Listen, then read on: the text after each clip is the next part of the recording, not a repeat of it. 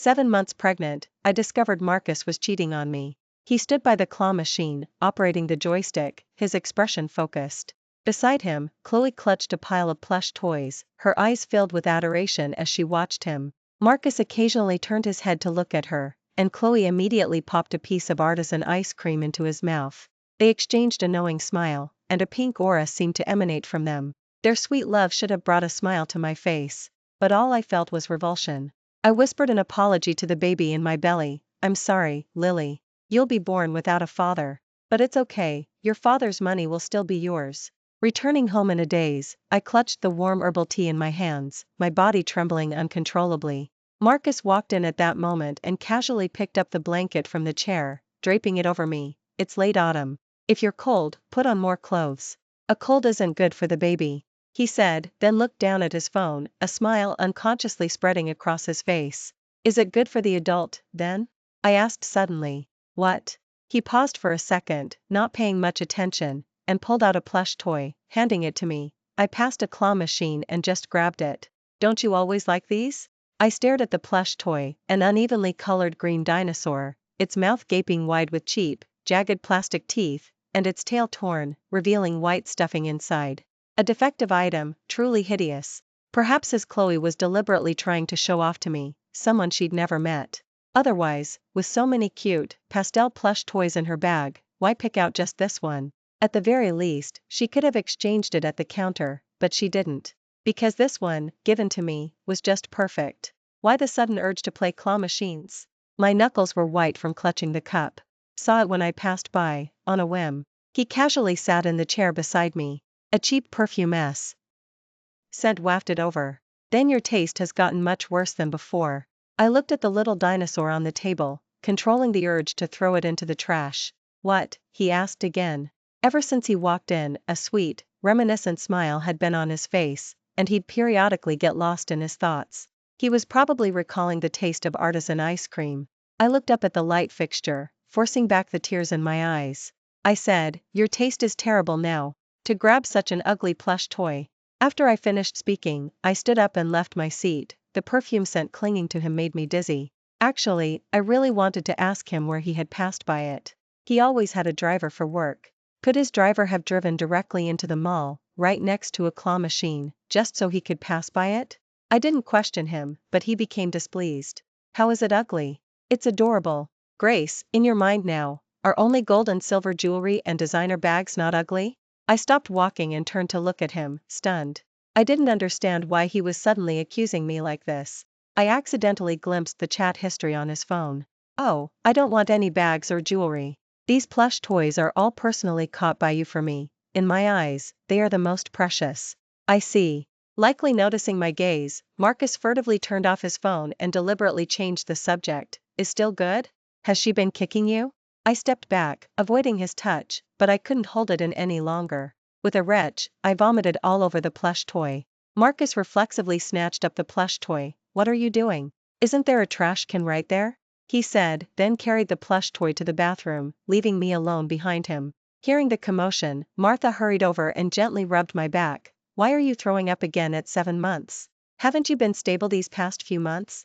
The tears I had held back for so long could no longer be controlled, and they streamed down in large drops. I must have been a complete mess at that moment. Martha quickly handed me tissues. Madam, are you all right? Marcus, who had just finished cleaning the dinosaur, passed by and casually remarked, pregnant women can be overly sensitive. Without even looking up, I could guess that his brows were tightly furrowed and his face was filled with disdain. My tears suddenly stopped. I took the tissue from Martha's hand and wiped my face. Marcus, you have an unfamiliar, cheap perfume on you. Marcus, who was airing out the plush toy on the balcony, paused and instinctively sniffed himself. Do I? Martha saw his anxious expression and let out a laugh. Sir really does care about his appearance. Marcus looked embarrassed. I have clients to see this afternoon, after all. His steps, which had been headed for the door, turned towards the bathroom, and the sound of running water soon followed. Just one word from you, and Sir went to take a shower. Sir truly cares about you, Martha sighed beside me. I forced a smile. What he cared about, I suspected, was his image in his mistress's eyes. The sound of water stopped, and it was a while before Marcus emerged. He was dressed in casual clothes, lacking the ruthless demeanor he displayed in the business world. His hair was also meticulously styled. At that moment, he stood tall, a slight upturn to his lips, and his eyes beneath his sharp brows held a mix of youthful innocence and assertiveness. I was momentarily stunned. The man before me overlapped with the young man from 10 years ago. Grace, come on. I'm sure I can get you the plush toy you like this time. The young man's bright eyes were full of untamed light. If I don't lose this time, you have to keep your promise and be my girlfriend. We'll see how you do, I replied playfully. Just watch, I've been practicing hard for days. Perhaps my expression was too serious, he asked, a little nervous. What, doesn't it look good? I felt It'll dazed. It looks good, just as good as the afternoon you confessed your feelings to me. Marcus paused, slightly stunned, his smile froze, and his feet seemed nailed to the spot. The weather is as good as it was that day, too. Marcus, let's go for a walk. I looked at him as I spoke. Facing this man I had loved for 10 years, I found that I still wanted to try and salvage things. Lily, if Daddy stops now, can we forgive him? I touched my belly, hoping he would turn back. Conflict flickered in Marcus's eyes. I involuntarily recalled the day, after I agreed to be with him, he joyfully picked me up and spun me around. Grace, I'm so happy. I'll make so much money for you in the future. Then we'll have another child, and we'll definitely be the happiest family in the world. I shyly lowered my head. Who said I'd have your child? Of course, you, Grace. I wouldn't want anyone else's. With that, he lowered his head and kissed me. The wind that day felt sweet. He probably also thought of that day 10 years ago. The conflict in his eyes faded, and his phone was put back into his pocket. Okay, let's go for a walk. There's a hawthorn tree on the mountain over there. We can pick some and make caramel apples. I froze, a wave of bitterness washing over me. I didn't like sour food. I didn't like it 10 years ago, and now that I was pregnant, I avoided it even more. Just as we were about to leave, a shrill phone ring echoed. Answer it, I said, dropping my outstretched hand with a sense of relief. I was so close to holding his hand. We'll leave as soon as I'm done with this call. Marcus's eyes shone with certainty. I smiled. How could that be? After this call, I feared, we would be completely over. Chloe didn't disappoint me. The moment she spoke, she shattered the 10 years Marcus and I had together. She wanted caramel apples. Marcus's voice was indulgent as he agreed. After hanging up, he looked at me apologetically. It's Taylor's secretary. Taylor wants me to play golf. He finished, then, as if afraid I'd refuse, added, you know, we have an important project we're working on with Taylor. I offered a thoughtful smile. Of course, I know. You should go. Marcus no longer hesitated, walking towards the door. At the threshold, he suddenly turned back. Willow Plaza has a really fun claw machine. You should go check it out if you have time. Don't just stay cooped up at home. My heart felt pierced again. He was telling me to go to Willow Plaza. Wasn't he afraid I'd run into his mistress? He clearly realized he'd said the wrong thing. I just heard it from some of the younger people at the company. I nodded, urging him to leave quickly, not to waste any more time. After watching him leave, I walked to the window, watched him get into his car, and drive west, even though the golf course was to the east. Two completely opposite directions, just like him and me. At some point, we had diverged. Taylor was our major client. With love gone, I had to hold on to the money. To be safe, I decided to go to Willow Plaza anyway and check it out. If I ran into them, I'd give them a warning. Since love was already gone, the business deal couldn't afford to go wrong. On the way to the mall, the private investigator sent me an update. The girl's name was Chloe. She was 22 years old, a sales associate at a clothing store in Willow Plaza. Her sales skills were impressive, and she was pretty much the top seller every month. But she had resigned this morning. Reading this, I frowned. Resigned? Was going to support her? Didn't he know he was spending the money I intended for our child? I told the driver to hurry. After getting out, I quickly walked towards the clothing store where Chloe worked. Martha told me to slow down. But I still didn't make it in time. Chloe had already left. A girl from the same store eyed me suspiciously. Who are you? Chloe was just picked up by her boyfriend. He said he arranged an easy, high-paying job for her. She's so lucky. She met a self-made millionaire who owns a company. Isn't she? He's young and handsome, and most importantly, he's so good to her. Not only does he play claw machines with her, he even does escape rooms. On's birthday, her boyfriend bought out all the caramel apples in the mall and gave them away for free. All he asked was that whoever received one wished her a happy birthday. She just likes caramel apples, doesn't she? Even with money, you don't have to be so wasteful. Such a fortunate life. They chatted amongst themselves, their tone growing increasingly envious. Who are you? You're not Chloe's boyfriend's wife, are you? She looked at my belly, her eyes lighting up excitedly. But I disappointed her. No, I'm her boss. Huh? Ignoring their astonished reactions behind me, I turned and headed to the company. Martha jogged to keep up with me. Madam, please slow down. Oh, your hands are so cold. Please take care of yourself. She chattered on, but I only felt as if my heart had been split open by a knife, the pain so suffocating. When I saw Chloe at the front desk, I had already composed myself. New here? I asked. Our eyes met, and she recognized me. She only paused for a moment, then immediately looked at me with a humiliated expression, not answering my question. The HR manager happened to pass by and answered for her. Yes, Marcus just arranged it. Even the front desk positions require Marcus to personally recruit now? The HR manager looked awkward. Just then, Marcus walked over. Why are you here? A flicker of awkwardness crossed his face. Taylor had something come up, so we rescheduled for tonight. Ignoring his clumsy excuse, I stepped forward and straightened his collar. I was looking through old photos at home and suddenly missed you. His expression softened, and he stepped forward to take my hand. Didn't we just see each other at noon? Just then, a smash echoed, making me flinch. What happened? Marcus's face dark. Ned. Immediately after, the HR manager's scolding voice was heard. What's wrong?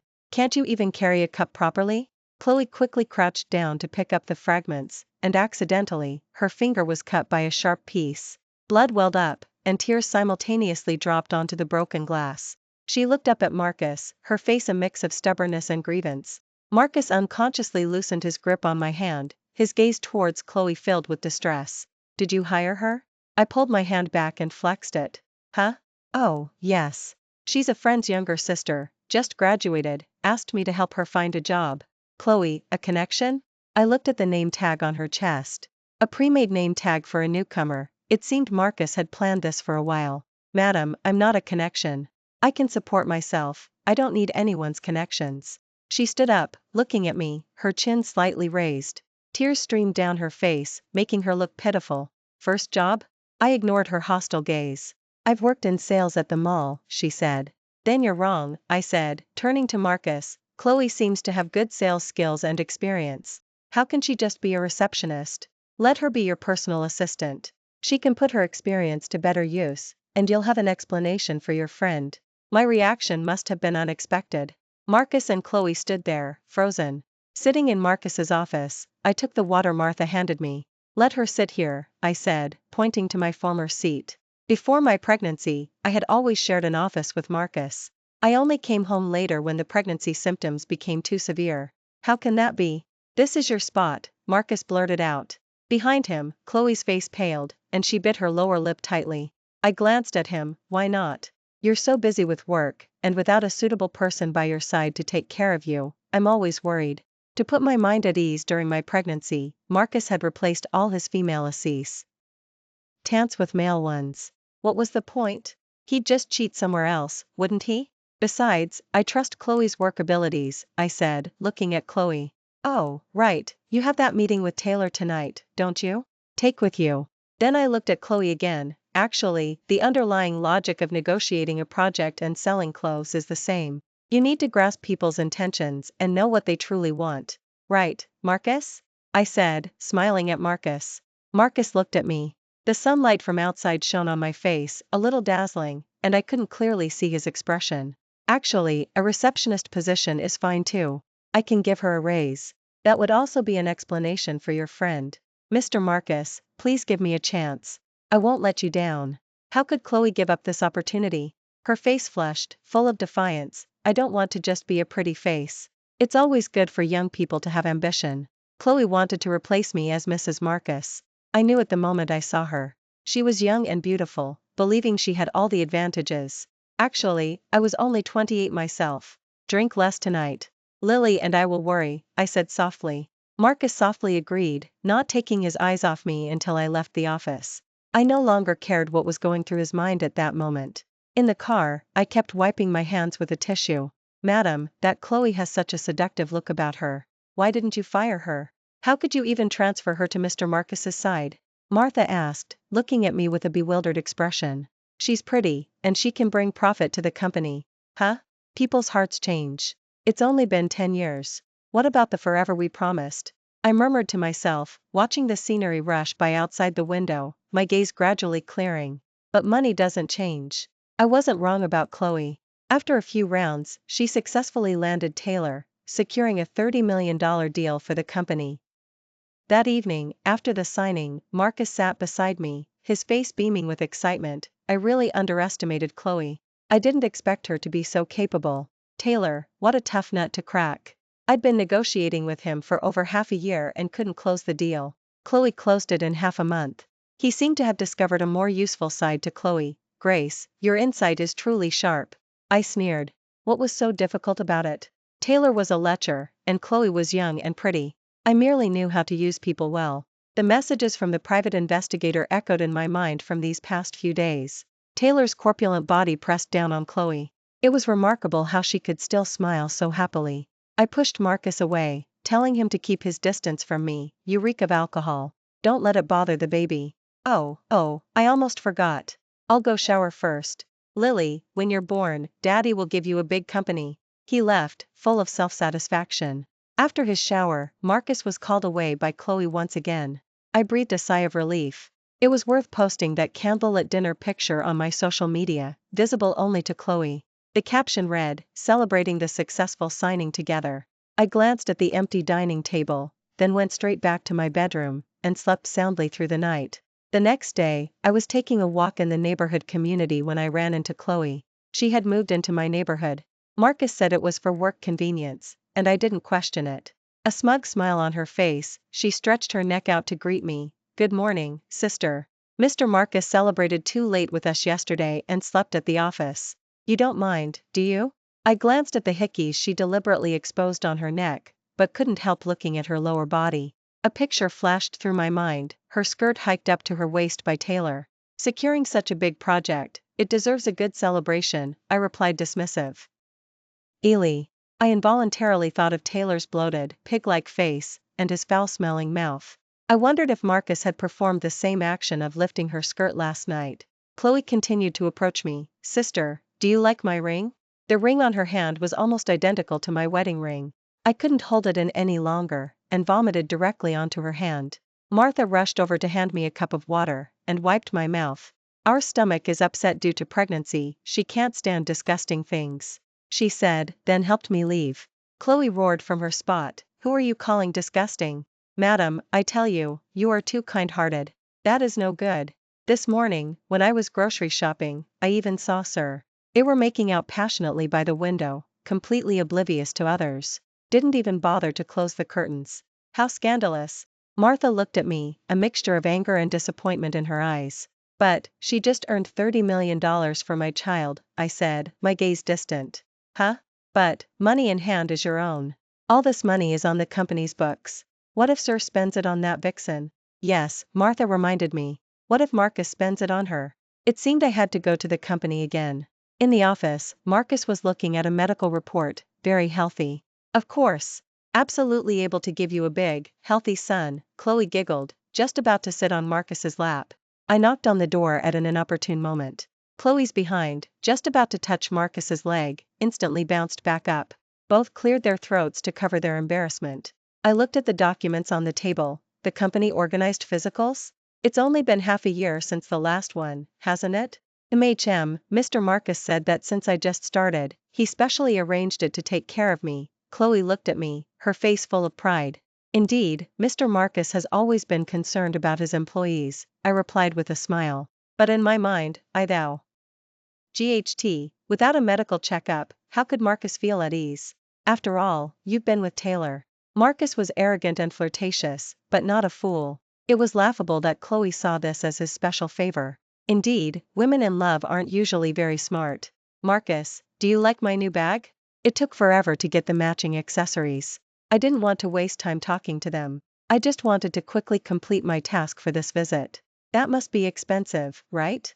Chloe said, her face filled with dismay, probably thinking I was spending her money. Not bad, $120,000, I said casually. What? $120,000? Chloe exclaimed. Compared to what Marcus just earned, $120,000 is insignificant. Besides, doesn't a man earn money to spend on his wife and children? That kind of man is the most handsome. I looked at Marcus with feigned admiration. He clearly relished my act, ignoring Chloe's exclamations.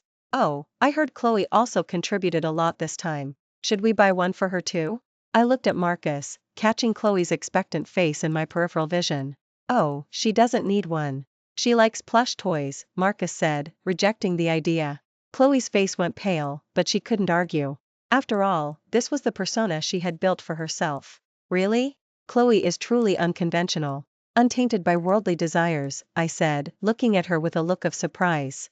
Her expression softened slightly, and she picked up a pink bunny from the desk. Mr. Marcus personally caught this for me. Compared to a bag you can buy with money, sincerity is much more important. She looked at me defiantly. But I looked at Marcus, my voice playfully accusing. The claw machine skills you practiced so hard to win me over, now they've become a tool for you to show off. Then I turned to Chloe. Back then, your Mr. Marcus, to pursue me, stood in front of a claw machine for a whole week. His legs swelled up before he perfected this infallible technique. But speaking of which, you haven't played with me in ages. Every time I wanted to go, you'd say it was just a kid's game, I said wistfully. Before could speak, I turned to Chloe, a hint of envy in my eyes. It's still good to be young. To be able to make Mr. Marcus condescend to play these childish games. Chloe's face, which had been paling by the inch, finally softened a little at that moment. She seemed to have found her advantage, her youth. Marcus leaned back lazily in his chair, watching with pleasure as the two women vied for his attention. I interrupted his enjoyment. I heard you're negotiating a partnership with Tianhe recently? There. Johnson is quite difficult to deal with. I'll assist Mr. Marcus in securing this project. Chloe finally found an opportunity to interject, eager to impress Marcus. Marcus's gaze softened as he looked at her. You always manage to surprise me. Watching's blushing cheeks, I sized her up. Mr. Johnson was only about 5 feet tall. He'd probably only reach Chloe's chin. Chloe, if she looked down, would probably see Mr. Johnson's bald spot. I couldn't help but shiver. Knowing wouldn't spend money on Chloe, I felt relieved. I took the cup from Martha's hand, took a sip of water, and left the office. Madam, look at them, with their lingering glances. Everyone knows what they're going to do next. How could you withdraw now? Martha said indignantly, as if she wanted to push me back in. If I didn't leave, how would Marcus get Chloe completely pumped up? Huh? Martha was again full of confusion. When I heard the news of the successful contract signing with Tianhe, I was having my last prenatal checkup. On my phone were pictures sent by the private investigator. Mr. Johnson indeed only reached Chloe's chin. He lifted Chloe's top, his head buried in her chest. Chloe actually looked ecstatic. I truly admired her. It seemed she really enjoyed her work. Closing my phone, I couldn't help but wonder, with talent, she could totally carve out her own path. Why did she insist on seducing other women's husbands? My daughter was born smoothly. Life suddenly became fulfilling. I no longer constantly monitored them. I just occasionally checked the information sent by the private investigator. Mr. Chen, Mr. Miller, Mr. Adams, Mr. Evans. Chloe slept with all sorts of older men. Leveraging these accomplishments, she rose to the position of sales. The company grew larger and larger. Marcus became increasingly busy. He promoted a man to be Chloe's equal. After all, not every boss was a lecher. Chloe felt threatened. When my daughter started elementary school, Chloe began pressuring Marcus for a divorce. I don't know how Marcus managed to put her off. She came directly to my art studio. As my child grew older, no longer requiring so much of my energy, and I no longer wished to go to the company, I resumed my old hobby of painting. When arrived, I was painting a claw machine scene. The claw machine was already drawn, and the outlines of various supporting characters were sketched. She sat down opposite me, her demeanor aggressive. Marcus is cheating. I looked up at her, my brow slightly furrowed. I knew. Perhaps my reaction was too calm. She threw a stack of photos onto the table in front of me. I put down my paintbrush, glanced at the scattered photos on the floor, and accidentally laughed aloud. What are you laughing at? Her almond eyes were wide. I thought you were going to say Marcus was cheating on you, I said, looking at her, then bent down and picked up the photos from the floor. Natalie, Sophie, Isabella. Marcus appeared in photos with different women, some embracing, some kissing. Some were semi-naked, some fully undressed. There was even one photo of Marcus's backside, too indecent to look at. Among these women, some I had carefully prepared for Marcus, and some he had chosen himself. My child had taken up too much of my energy. How could I be at ease knowing Marcus only had Chloe by his side? What if they developed feelings over time? It turned out I had worried too much. How could a man whose heart changes only be devoted to one woman? Moreover, the first time Chloe got into Taylor's bed, she had already become a tool for Marcus to make money. She didn't understand. Marcus would never marry her. He wouldn't before, and he certainly wouldn't now. What do you mean? Chloe stood up. Men will be men, they'll dabble here and there, I said calmly. You don't mind? She stared at me in shock. After all these years, I had always acted as if I loved Marcus too much, like I couldn't live without him. Mind? How could I not mind? When I first discovered Marcus was cheating, I even went into premature labor, and almost lost the baby. We founded Jingming together. Yet, after I became pregnant, he surrounded himself with women, even trying to force me out of the company. But later, I came to my senses. A man whose heart had strayed, if forced back, would only be more repulsive. Better to grasp financial control. My discretion allowed me to keep my shares in the company. And my introduction of Chloe also helped the company through those 2 difficult years. Now, even if Chloe hadn't come to find me, I would have wanted to reel it all in. What do I have to mind? Look, my art studio cost $3 million. My daughter attends the best international school. Even my nanny is the highest paid in the local social elite's wife's circle. As long as he doesn't spend money on other women, does it matter if he cheats or if he loves me? My last sentence provoked Chloe. Watching her flushed face, I added, I have several boxes of plush toys at home, all caught by Marcus back then. If you like them, I'll have someone send them to you. She was furious, and reached out to knock the teacup off my table. The money you spend, I earned all of it. I looked at the shattered teacup on the floor. I specifically called Ms. Sionade a custom-made artisan ceramic mug, $15,000. You're so vulgar. All you care about is money. Your husband is about to be stolen away, she roared. So what should I do then? Go make a scene with Marcus?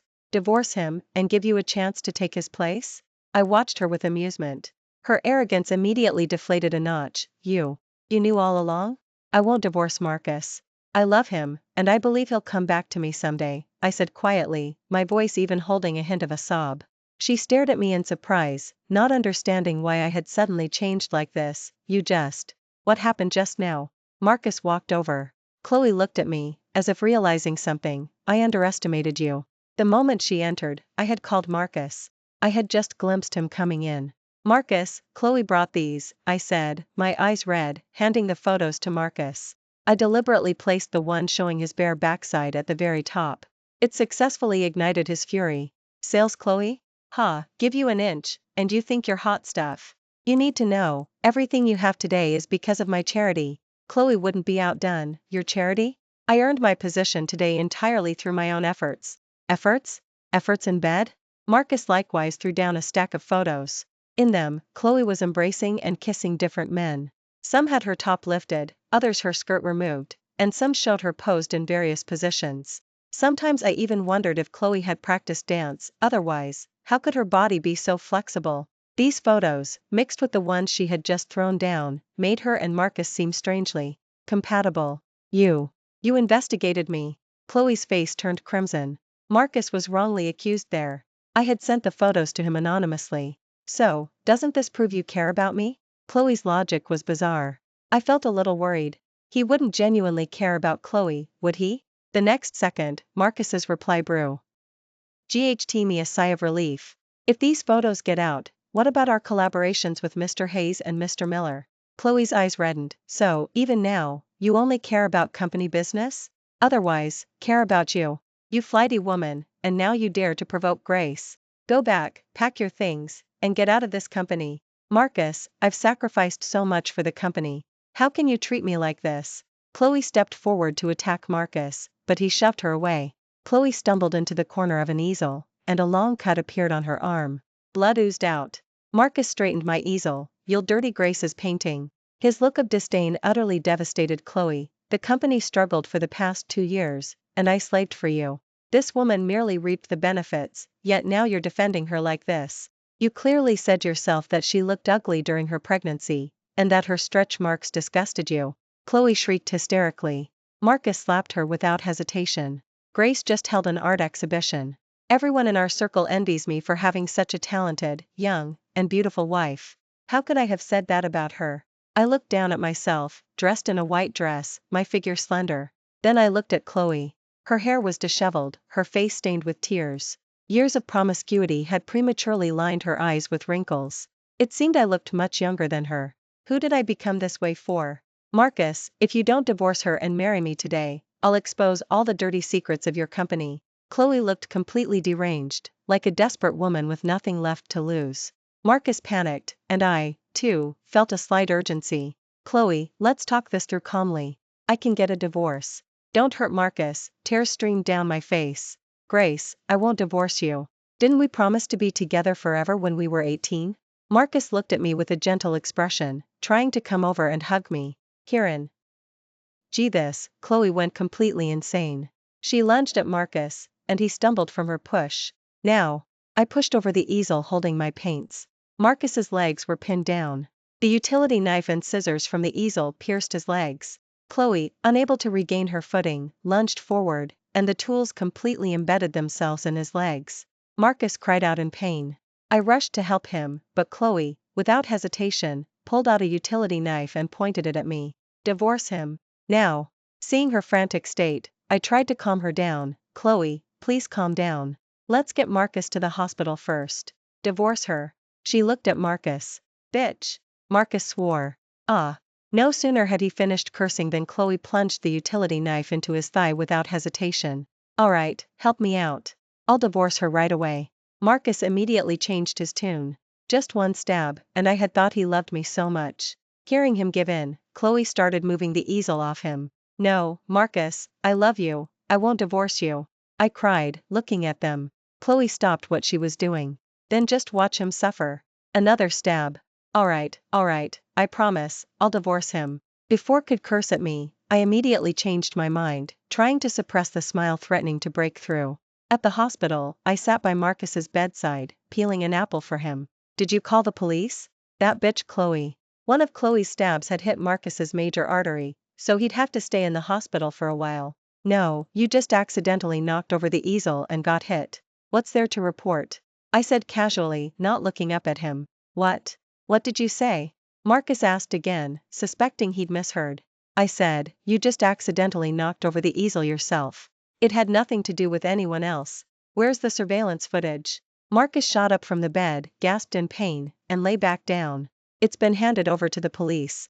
Oh, the storage was full, so it only recorded up to the point where you knocked over the easel. How could it be such a coincidence? Just kidding. Of course, it wouldn't be that coincidental, I said with a smile. I deleted the rest. You. Why?